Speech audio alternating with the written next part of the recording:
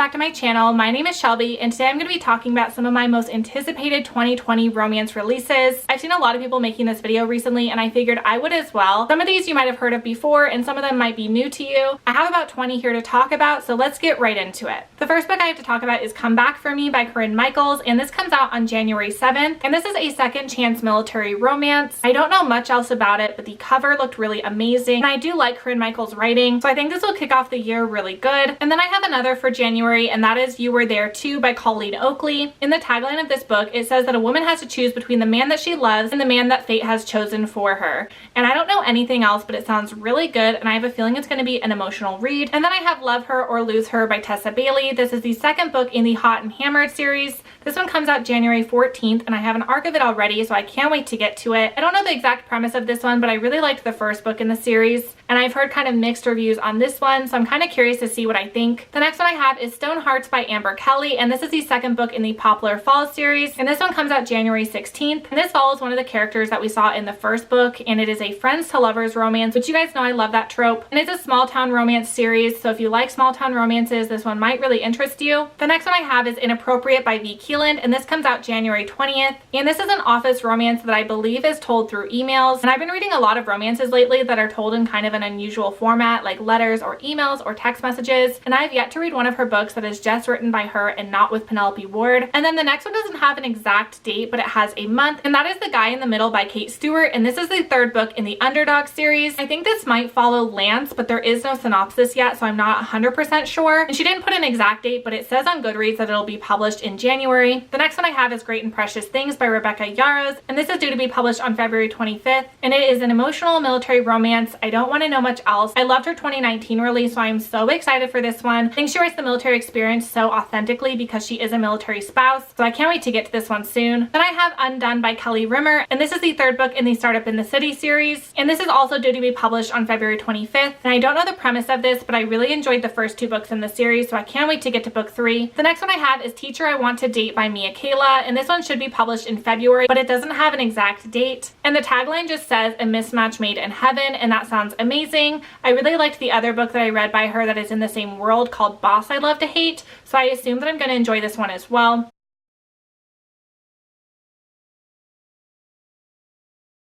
The next one that I have is The Two Lives of Lydia Bird by Josie Silver, and this one is due to be published on March 3rd. And this one follows a kind of interesting premise about a woman who reunites with her dead fiance through a parallel universe, and I really have been enjoying books that follow two different life paths, kind of like sliding doors. And I really enjoyed her other novel, One Day in December, so I'm really hoping I'm gonna love this one. The next one I have is The Undercover Bromance by Lissa K. Adams, and this comes out March 10th.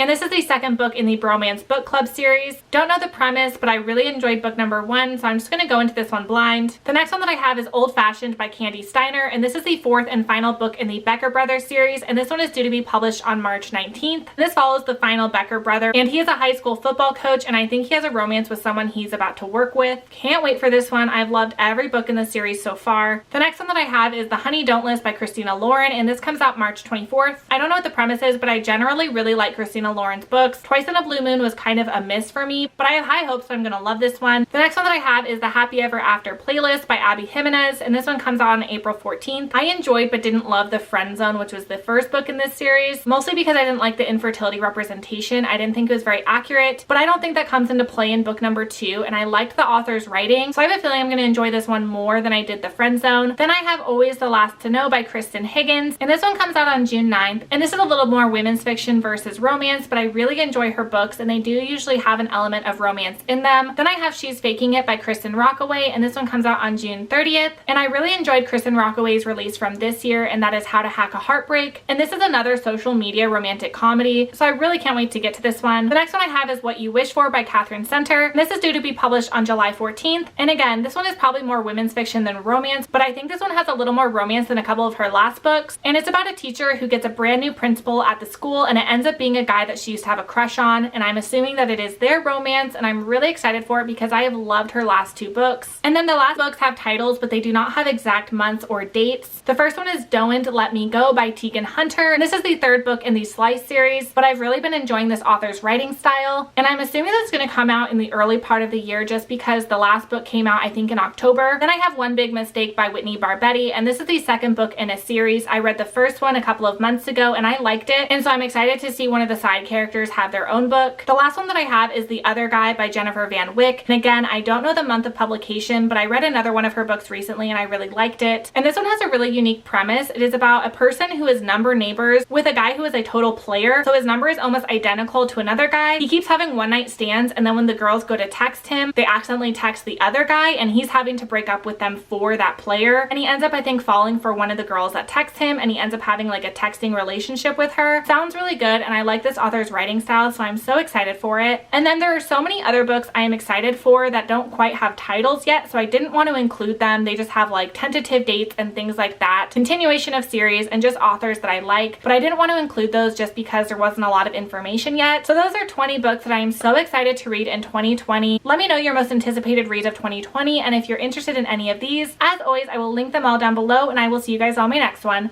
Bye!